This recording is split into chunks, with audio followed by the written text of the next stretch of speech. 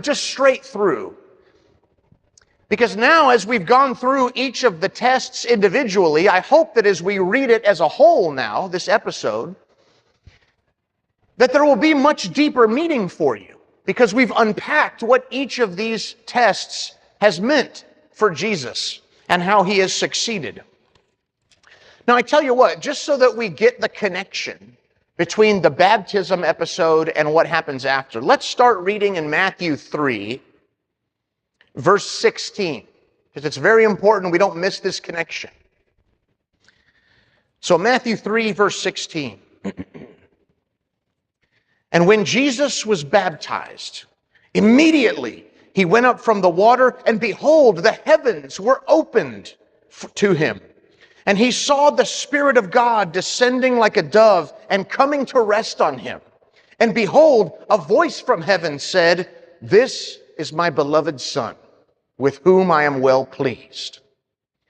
Then Jesus was led by the Spirit to the wilderness to be tempted by the devil. And after fasting 40 days and 40 nights, he was hungry. And the tempter came and said to him, "If you are the Son of God, command these stones to become bread." But he answered, "It is written, man shall not live by bread alone, but by every word that comes from the mouth of God." Then the devil took him to the holy city and set him on the pinnacle of the temple and said to him, "If you are the Son of God, throw yourself down, for it is written, he will command his angels concerning you, and on their hands they will bear you up, lest you strike your foot against a stone." Jesus said to him, "Again it is written, you shall not put the Lord your God to the test." Again, the devil took him to a very high mountain and showed him all the kingdoms of the world and their glory.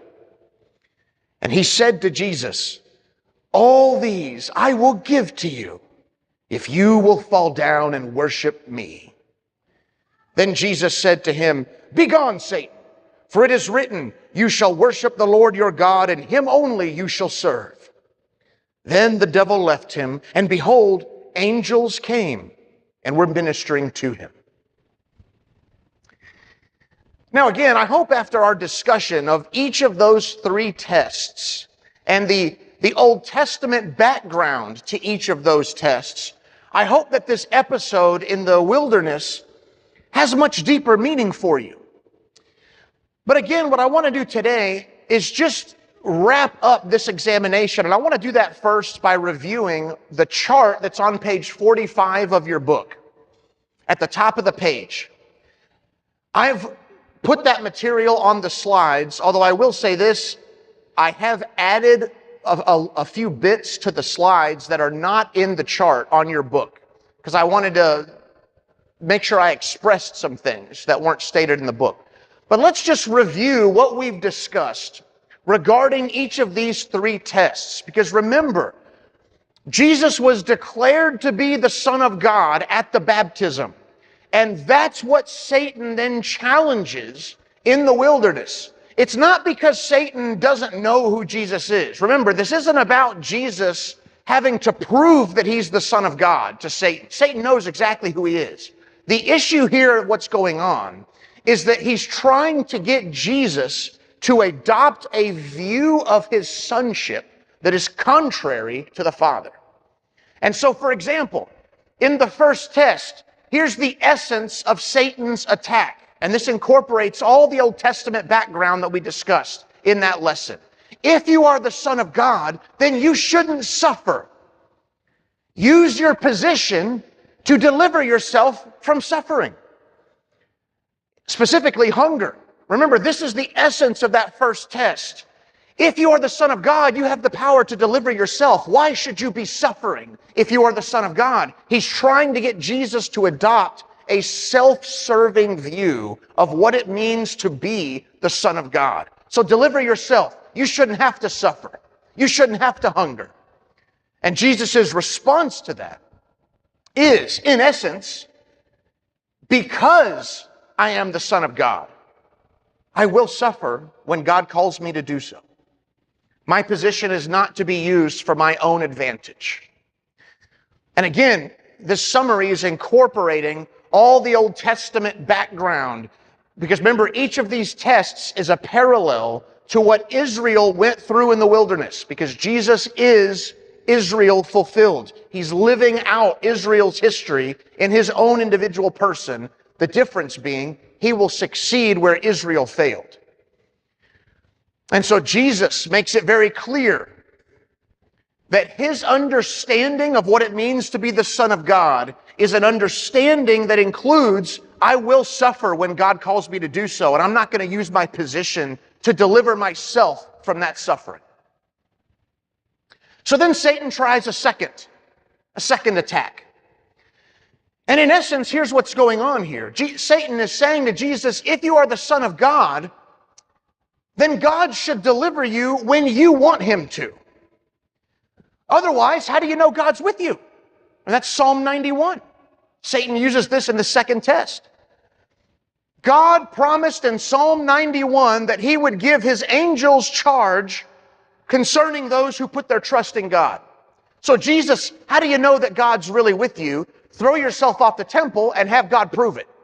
Because if you're the Son of God, he said he would do that. But how do you know he's really with you? Have him prove it. And this parallels Israel's test in the wilderness, where they tested God and their attitude was, how do we know God's with us or not? He needs to give us water so that we know he's with us. Jesus, though, refuses. His response to Satan is, because I am the Son of God, I'll trust God to deliver in his time, not in mine. It's in his time. I don't need to test God to have him prove his trustworthiness. That's what's going on in the second test. And then last week we talked about the third test. And in that third test, the essence of Satan's attack is this: if you are the Son of God, then glory should be yours right now and without suffering. God's way is too hard. I can give you all the kingdoms of the world and their glory. You can have glory right here, right now. There's no reason you should wait for it. You don't have to suffer. God's way, it's too hard. Worship me. I'll give it to you. And remember, this is a parallel to Israel's experience in the wilderness. Who did Israel turn to for their well-being in the wilderness? Idols. This is idolatry. Jesus is now being tested just like Israel was. God's way is too hard. Turn to another God for your well-being. But Jesus succeeds where Israel failed. And Jesus says, no, because I am the Son of God, my glory will come according to the Father's timing and through my suffering. God's way is better. That's in essence Jesus' response. Now, I want to be very clear here. Jesus would not dispute that God's way is hard. He explicitly makes that point several times in Matthew's gospel. God's way is hard. But the point that we need to draw from Jesus' response, and the reason why he chooses God's way over Satan's, is not because God's way is actually easier. Satan's way is easier. But God's way is better. God's way has an eternal significance and an eternal glory that nothing Satan offers can even compare to. But it is going to be hard. It is going to be hard. Jesus knows that. And this wilderness episode is preparing Jesus for that difficulty, which we will see later today in today's class. So, that's just a summary of what's going on in these tests and that we've discussed over the last 3 classes. What questions or thoughts do you have on the big picture of this wilderness testing episode before we look at a few details? Yes, sir.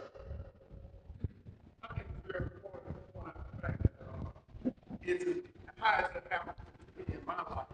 When you look at that episode there, you see that Satan uses the tool of doubt, and he uses the word that's in the middle of life. If you believe. He's trying to implant doubt in the mind of our Lord.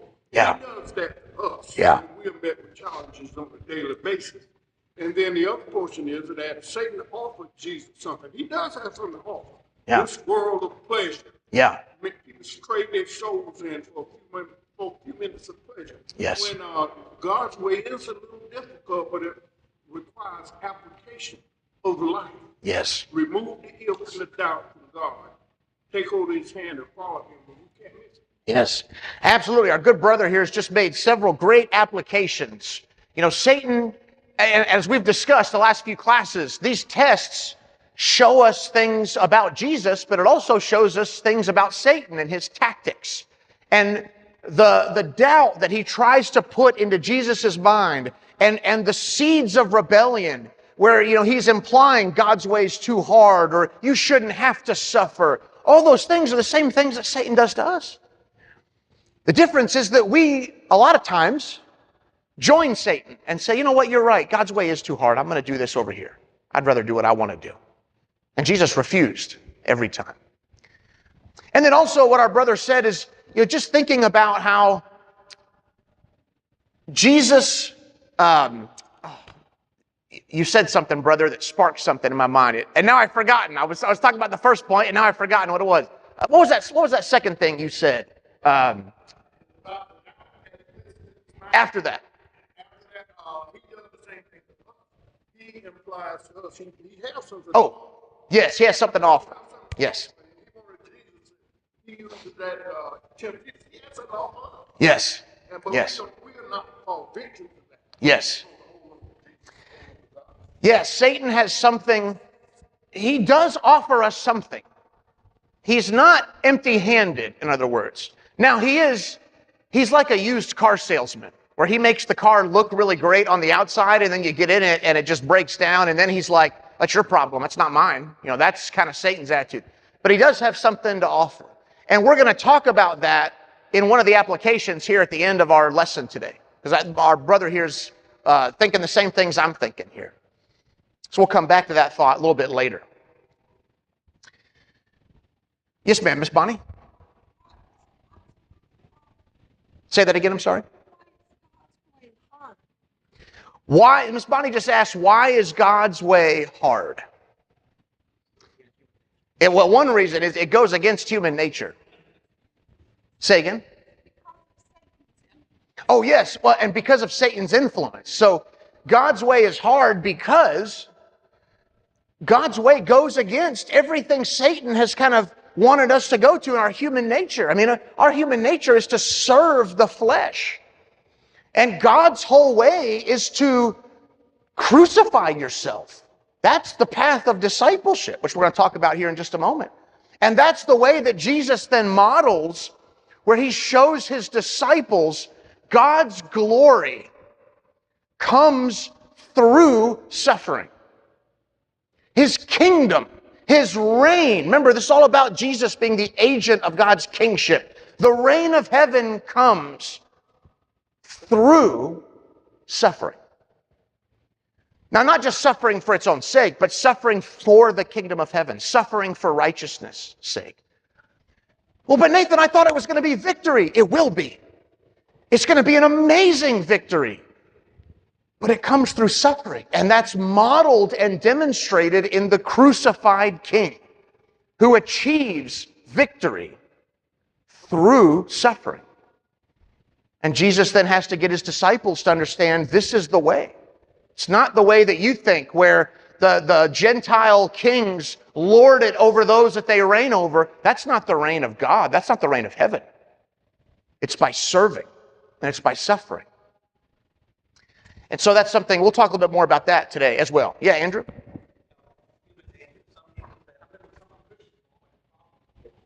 Yeah. Yeah. Yeah, there's no promise in Scripture that, once you become a disciple, all your problems go away, you know. Now, there is the promise that all the problems of this world will eventually go away in the new creation, the consummation of all things.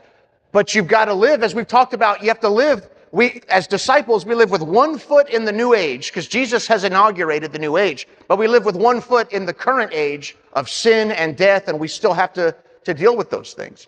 And so we await then for the consummation at the Lord's return, when those things are fully realized. They're inaugurated now, they'll be consummated then. Very good.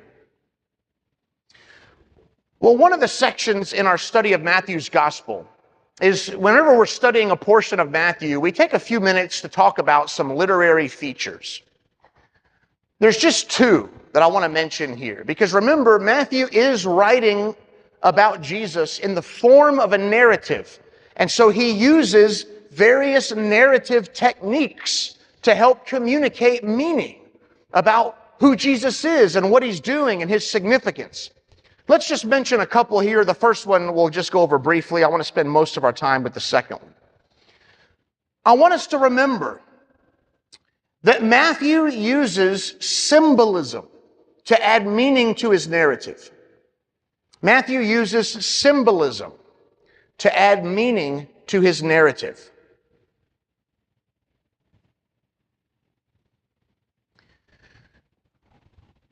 All of the gospel authors, and really all biblical narrative, it's any biblical author who is writing a narrative utilizes symbolism. It's woven throughout biblical narrative. It's not like a newspaper. When we read a newspaper or even a magazine article, our minds usually aren't attuned to the fact that, I wonder if there's some symbolism here because it's just not expected in that genre of writing. But we need to remember that when we are reading biblical narrative, the biblical authors will often use symbolism to help add meaning so that we can understand the significance of earthly events, so we can understand the spiritual realities of what's going on in that moment or with those people. And so specifically here, remember that the setting, the specific symbolism I want to focus on here is the setting and time frame symbolize Israel's wilderness experience. When Matthew tells us that this episode takes place in the wilderness, that's not just a random fact, as if he had to say, well, we have to have this set somewhere, so I'll just tell them it's in the wilderness so they know where it took place. He does want us to know where it took place, but because of its symbolic value, he is depicting Jesus. Never forget this in Matthew's gospel. He is depicting Jesus as the fulfillment of Israel. He is Israel's representative. He is Israel's champion, and he lives Israel's corporate experience in his own person. So that in Matthew 2, Jesus goes through the Exodus. In Matthew 3, he passes through the water, baptism. In Matthew 4, he goes through the wilderness tests. He is Israel. And remember, we've talked in this class about the significance of that. Why is it significant that Jesus fulfills Israel? It's because God had promised in the Old Testament that it was through Israel that he would redeem creation. It was through Israel that he would restore his blessing to all the nations. It was through Israel that he would conquer death. And so if Israel is still under the curse of sin, how is God going to fulfill all that? Well, Matthew's answer is Jesus. Jesus is Israel. He will succeed where Israel failed. He is the champion of Israel, the embodiment of Israel, and his victory will then be shared with Israel as a nation, which means victory for the world, because it's through Israel that God will redeem the world. And so Matthew is depicting Jesus as Israel in the setting of the wilderness, but also in the time frame. It's 40 days and 40 nights, which symbolizes the 40 years that Israel spent in the wilderness. I should mention as an aside, it also associates Jesus with Moses, because in the Old Testament, when Moses went up on the mountain to receive the law of God, he was up there 40 days and 40 nights. And Matthew quotes that verbatim here. And it also is associating Jesus with Moses. He is a new Moses, a fulfillment of Moses, who is going to lead a new Exodus.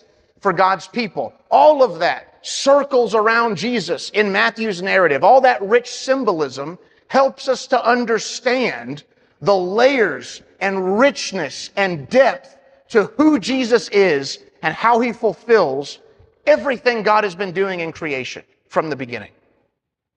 So don't forget the fact that these biblical authors use symbolism. Have your mind just open to it. That doesn't mean every element is symbolic, but just have your minds open to it for the symbolic significance of certain things. Yeah, Andrew? Point out where people failed at 40 days. And yeah, it's another, yeah. When Moses was on the mountain 40 days, that's when the nation failed and turned to idols, turned to the golden calf. And again, there's the comparison where Jesus succeeds. He succeeds where Israel failed.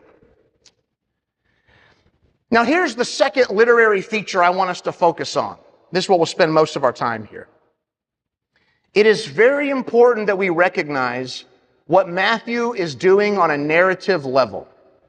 He uses repetition and thematic connections to highlight Satan's role in the story.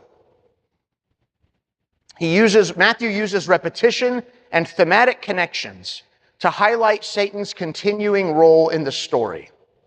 In other words, if you just read Matthew straight through, you may be tempted to think, there's some irony, tempted to think, we're talking about Satan. You might think at first that Satan exits the story after chapter 4. I mean, sure, Jesus uses the name Satan when he's talking to Peter in Matthew 16, but you don't ever see Satan again in the narrative explicitly. But what Matthew has done is he has shown Satan's presence in the rest of the story through verbal links and thematic connections so that he gets his reader to understand Satan is not gone. He is still going to test Jesus. But it's going to be through instruments. He may not show up himself like he did in the wilderness, but he's going to use his instruments to try to get Jesus to turn from the Father's way. Now, one example of that is, if you have your book, I'm not going to go over this, but I want to mention it. On page 47, on page 47 of your book, there's a little call-out box there where I show how Matthew associates the Jewish leaders with Satan. So that when Matthew tells us, and the Jewish leaders came to test him, it's the same word that's used of Satan in the wilderness. They are allies of Satan. They don't know that. They think they're doing the right thing. They're self-deluded and self-righteous, but they're Satan's agents to come to Jesus and let's test him with this. Let's see if we can turn him away from God's purposes or incite him to do something that would put him against God's way. So I mentioned that on page 47. I'd rather focus on two other events in the Gospel of Matthew where Matthew makes it clear Satan is still trying to get Jesus to turn from the Father's way. Here's the first one. And it's in response to this question. If you have your book, here's the question we're answering. What two other episodes highlight Satan's attempt to get Jesus to turn from the Father's way? I mentioned one just a few minutes ago. Would you go to Matthew 16? Go to Matthew 16. Let's look at this. Remember, Matthew uses verbal connections and thematic links to illustrate how Satan is continuing in the narrative. He's continuing to try to get Jesus to turn from the Father's way. Matthew 16, and read with me in verses 21 to 23. From that time, Jesus began to show his disciples that he must go to Jerusalem and suffer many things from the elders and chief priests and scribes and be killed, and on the third day be raised. And Peter took him aside and began to rebuke him, saying, "Far be it from you, Lord. This shall never happen to you."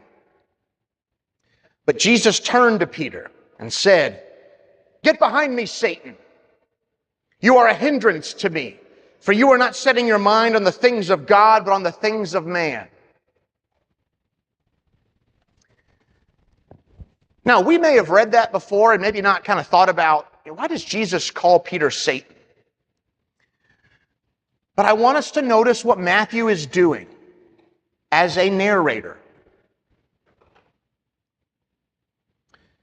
Matthew is showing us, and Jesus is showing us through his words, that Peter has unwittingly become Satan's instrument. Because he is now trying to get Jesus to avoid the way of God and suffering that Satan was trying to get Jesus to avoid in the wilderness. In fact, when Jesus says to Peter, "Get behind me, Satan," the behind me is new.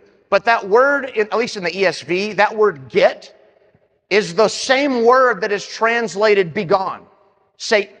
So he says to Peter the same thing he said to Satan, the same words, he just adds behind me. He just adds those two words to it.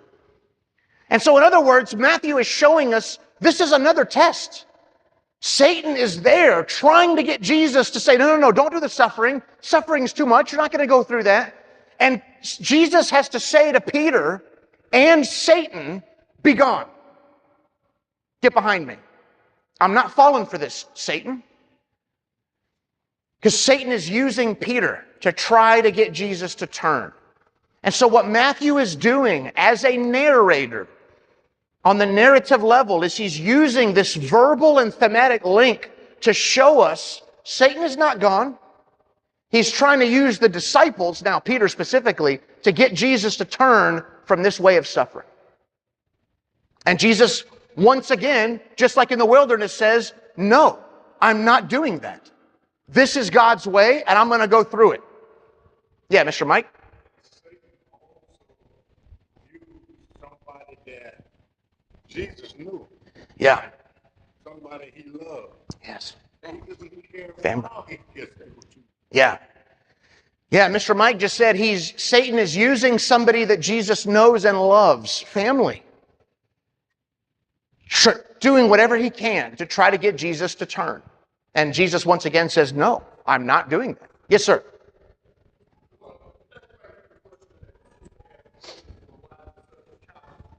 Us in our position as human beings to deal with why is it so hard? Yeah. Well, in understanding that, I think we understand what is recorded in 1 Corinthians 15, verses 44 through 47, where it talks about the two dimensions of man.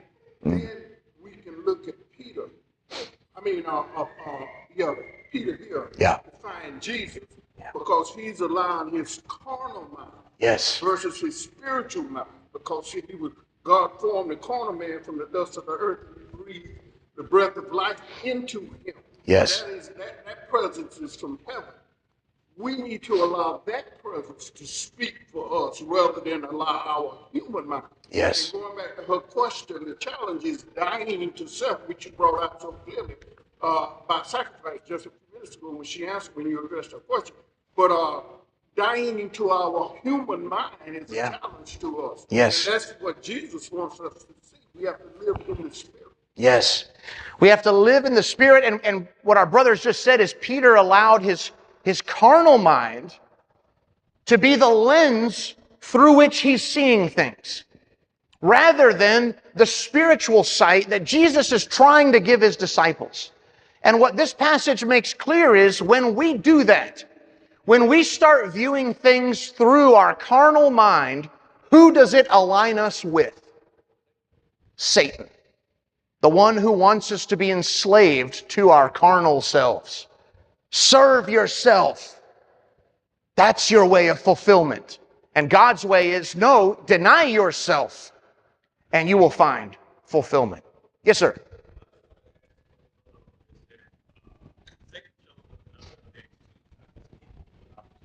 Yes. You could be perceived as actually pulling you away to see it in jobs and opportunities. Yeah. Have an employee say, oh, well, we need you to come down for something. And next thing you know, you're doing that and chasing after money.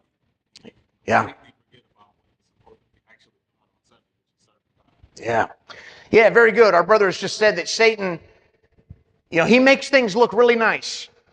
And so, in the example that he gave is, Satan can come to us in opportunities. He can come at us through people. He can use people kind of as his agents, but also can come to us just in opportunities. Opportunities, like for example, I got this job offer, and yeah, sure, I can't go to church anymore, but I'll sure be making a lot more money. And Satan can cause us to start putting our focus on those carnal issues rather than the kingdom of heaven, the reign of heaven. And so that's such a good point about Satan's tactics. There's one more episode in Matthew's gospel where Matthew uses a verbal link to show us that Satan is attacking Jesus one more time to try to get him to turn from the Father's way. Would you go to Matthew 27? Oh, excuse me. Sorry, I didn't have that up there. Matthew 27.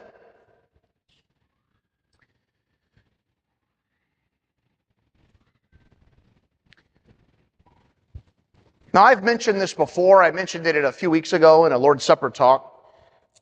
But if you weren't here for that, see if you pick up on the verbal link between this episode and the thematic links, the similarity of themes between this episode and what happened in the wilderness. Matthew 27, and let's read verses 35 to 43. And when they had crucified Jesus, they divided his garments among them by casting lots. Then they sat down and kept watch over him there. And over his head they put the charge against him, which read, "This is Jesus, the King of the Jews." Then 2 robbers were crucified with him, one on the right and one on the left. And those who passed by derided him, wagging their heads and saying, "You who would destroy the temple and rebuild it in 3 days, save yourself. If you are the Son of God, come down from the cross." So also the chief priests with the scribes and elders mocked him, saying, "He saved others, he cannot save himself. He is the King of Israel. Let him come down now from the cross, and we will believe in him. He trusts in God. Let God deliver him now, if he desires him. For he said, 'I am the Son of God.'" And the robbers who were crucified with him also reviled him in the same way. Did you get the verbal connection there between this episode and what happened in the wilderness and the thematic connections?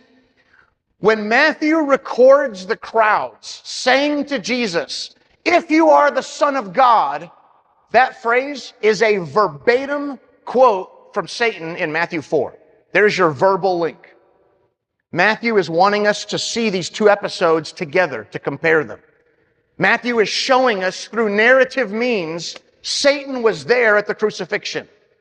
And he's using these people to try one more time in Jesus' most dire moment, in his weakest point, where he is being tortured to death. Satan then shows up and tries one more time to get Jesus to turn from the Father's purposes. If you are the Son of God, you shouldn't be suffering. Come off the cross, and then we will believe in you. Isn't that what you want, Jesus?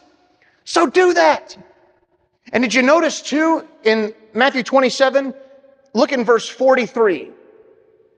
He trusts in God. Let God deliver him now if he desires him. That's Psalm 91. That's the very psalm Satan quoted. That message is the message of Psalm 91. And you get that same theme here, where Satan is one more time saying, "Didn't God say he would deliver those who trusted in him? Well, you trusted in God. Let God deliver him now. Come off the cross. You're the King of Israel. Show us your kingship." And the power of this in Matthew's gospel is that even in that moment of torture, Jesus is still unwilling to adopt Satan's way. He still leaves himself on the cross, and in Matthew's gospel, he shows that his greatest act of kingship is not by coming off of the cross, like what Satan wants him to do and what his minions want him to do. It's by staying on the cross. That is his throne. That is his great act of kingship and deliverance there on the cross. So I want us to see here how Matthew, through narrative means, through these verbal links and through these thematic connections, Matthew has given us the crucifixion episode and the temptation episode as two episodes to compare to each other. Because what Matthew has shown us is what Jesus went through in the wilderness was preparing him for the ultimate test where he would have to live God's way, even though it was hard. I mean, hard is the understatement. I can't even imagine the difficulty of going through crucifixion. But Jesus was willing, and in doing that, he showed he is the Son of God. What questions or thoughts do you have on these points here? Yeah, Andrew?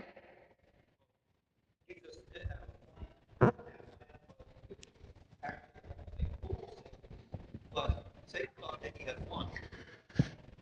Not. Ultimately, 3 days later, it's like, I did not. Yes, I know that's a common view. I'm wrestling with that currently. I just happen to be in my own studies wrestling with that. Andrew just made the comment that when Jesus died, Satan thought he had won. And it's 3 days later that then Satan realizes, oh no, I've lost. I know that's a common interpretation. I used to think it myself. I'm questioning that now. Speaking personally, just because of my own studies, I'm not familiar with a passage that makes that point, for one. In fact, the passages where Paul speaks about the victory of Christ, he speaks about it as happening on the cross. In fact, Matthew himself also makes that clear in how he depicts the crucifixion. And even here, where Matthew depicts Satan coming at Jesus through the crowds and trying to get him to come off the cross, suggests that Satan knew his one hope is not to have Jesus go through the cross, but to get him off of it. And so I think, I question that view. I wonder if Satan knew when Jesus dies on the cross, that's it. So I got to get him to come off of it. But I'm not 100% on that. I'm just saying I'm wrestling with that. I question that interpretation. Let me restate. How about it? We have victory in Christ over Satan. Oh, yeah. Oh, yes. That all his people have won over Satan. Yes. Yes. Yes, because of Christ's victory on the cross, because he is the representative of Israel and the representative of humanity, his victory over Satan on the cross is then shared with all those who put their faith in Christ, which is Paul's point in so many passages. So yeah, very good. Yes, sir. Satan, God, was going to challenge what he had done to draw away his creation from him. In Genesis 3:15, when God declared the actual attack against Satan. Yeah. Now we find the fulfillment of that at the cross. Now the cross itself deals with what is recorded in 1 Corinthians 15, verse 22, where it said, where it compares Adam's way of thinking, which is carnal, and Jesus' way of thinking, which is spiritual. Yeah. At the cross, he's trying to, Satan doesn't see what's going on, but he wants the one on the right and one on the left. One of them understood the spiritual aspects of Yes. Jesus' accomplishment. The other one wanted to hold on to this world. Yeah. And that's what Satan wants all men to do, to see this world Yes. as what's happening now. That's right. He wants you to hold on to it, don't give it up. And that's right. what he tries to attack Jesus with. You finna lose this world here. Yeah. Come off the cross and you can stay in this world. Yes. But this That's world it. Yeah, Satan wants us to focus on this world, this existence, rather than the blessings of the new creation that God has already inaugurated in Jesus Christ. Yeah, very good. Yeah, Cornell?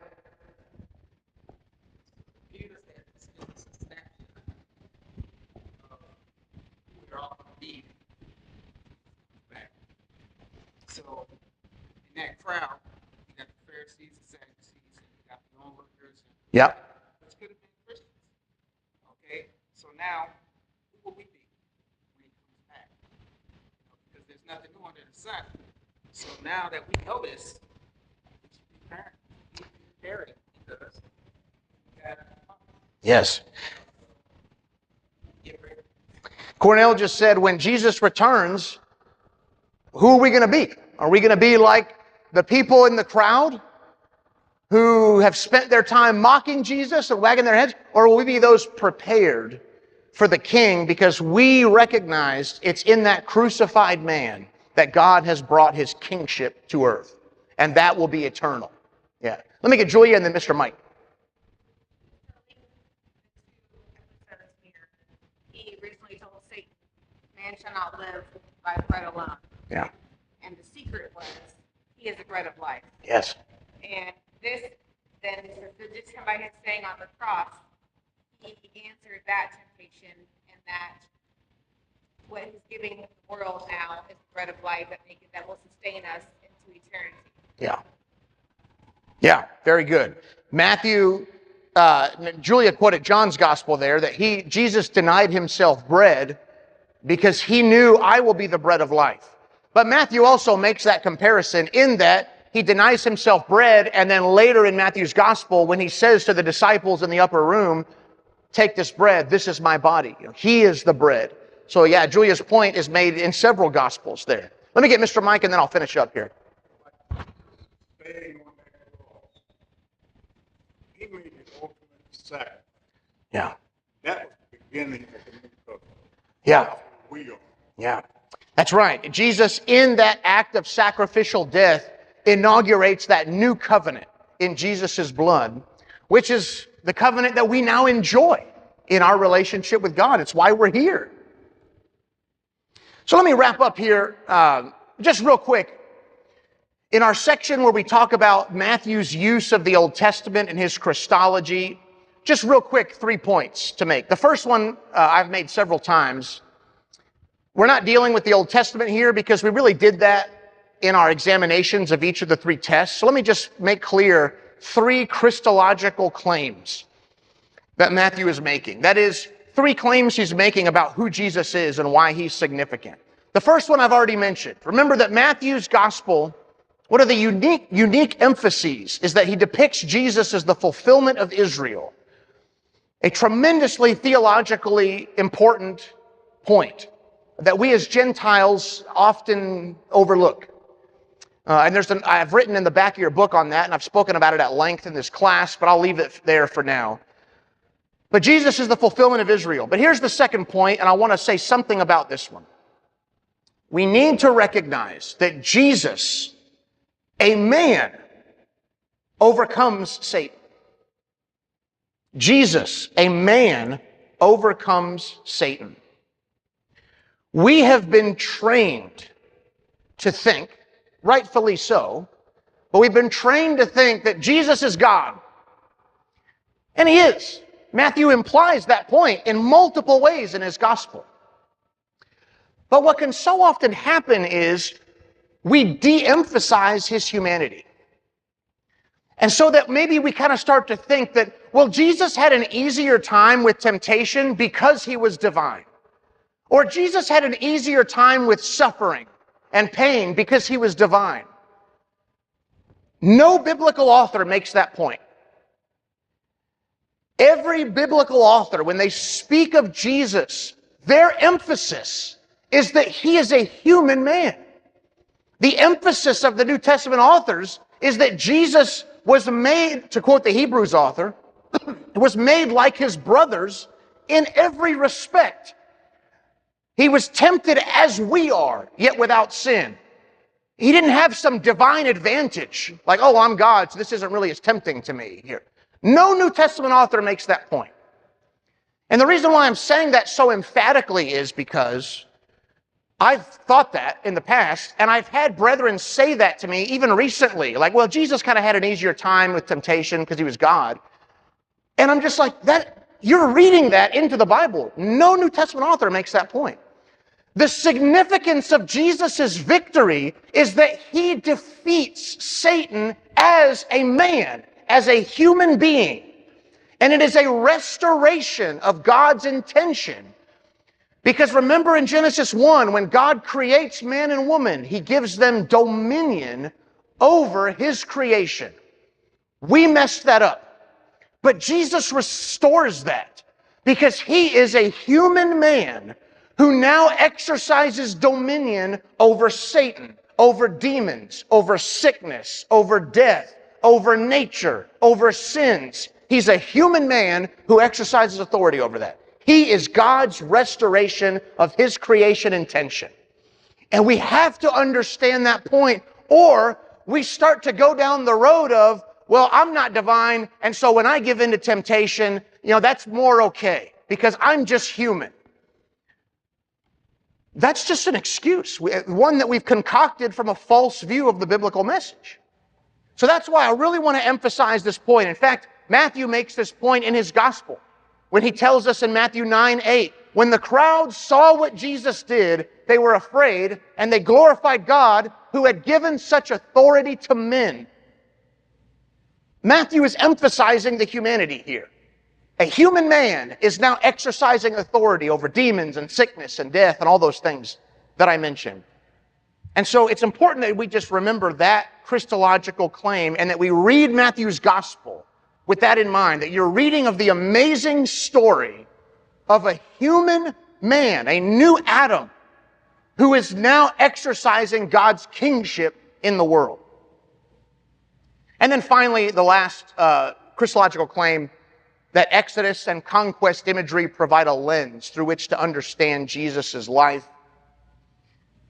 I'll skip over this for now. Let me wrap up with our applications. So if you go back to page 44, there's a section called Applications from All Three Temptations. Let me close with these. There's 2 there. I'm going to add 1 more at the end. That's not in your book, but you can fill that in.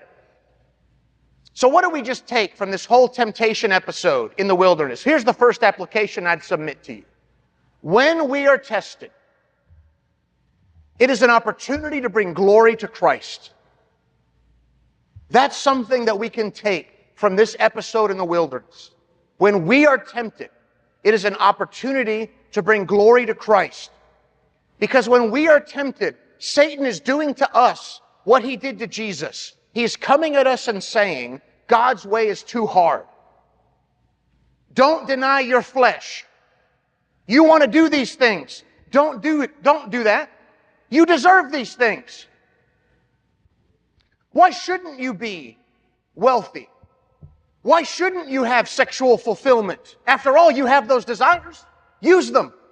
Fulfill them. You'll be happier if you do. All these things Satan does to come at us to try to get us to focus on our carnal mind, like our brother said. But when we, in that moment, when we choose to say no, in our flesh, when we choose to say to Satan, nope, I'm living according to the Father, and we make the same choice Jesus did, we bring glory and honor to him because it's his power that gives us the ability to do that. We can call on the name of Jesus, the human man, the God man.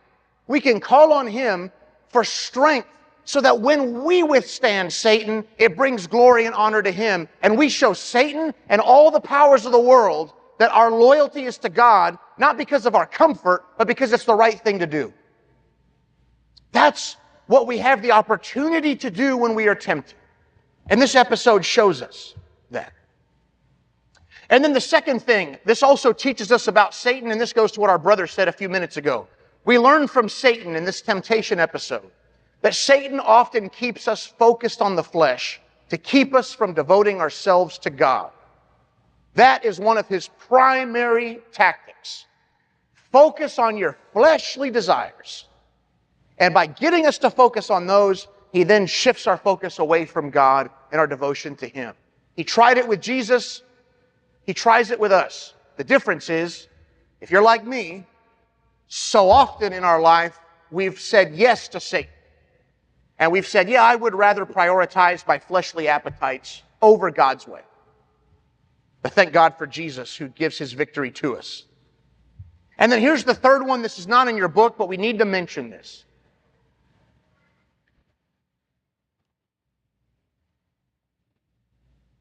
There we go. In the kingdom of heaven, glory comes through suffering. In the kingdom of heaven, glory comes through suffering. This is a major element of Matthew's gospel. It is a major point that all the gospel authors make. That God has brought his reign to earth, just as he promised in the books like Isaiah, where he promised that I will come as king and I will redeem creation. I will fix everything that is wrong in this world. I will come as king, and that will be my kingly act to save what I have made, everything that I have made. And yet when he comes, Jesus' point to his disciples, Matthew's point to his audience, is that the glory of God's reign, the eternal benefits of that, come through suffering. The king of the eternal kingdom of heaven is a crucified king. And through that, it teaches us about God. It teaches us about his reign. It teaches us how far removed he is from our human ways of thinking. Because our human ways of thinking would say that, oh yeah, when God comes as king, it'll be with trumpets and with this ostentatious display of power, and he will defeat Satan and evil by pounding them into the ground, because that's how we would do it.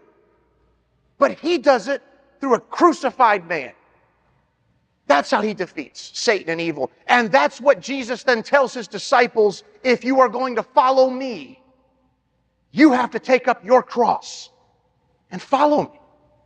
You have to be willing to go through your own crucifixion, sometimes literal, especially in that first century world, but sometimes metaphorical, in that you have to live your life willing to crucify yourself every day so that the kingdom of heaven is your focus and not your flesh, not your life now. Glory comes through suffering. And so those are just some applications that we take from this whole episode in Matthew's gospel. And from Jesus' victory here, what we'll see next Sunday is that now that Jesus has won this initial victory with Satan, it's not over yet, but now that he's won this initial victory with Satan, now he will go into Galilee and start proclaiming the reign of heaven. Now he will be the agent of God's kingship and bring all those blessings to human beings.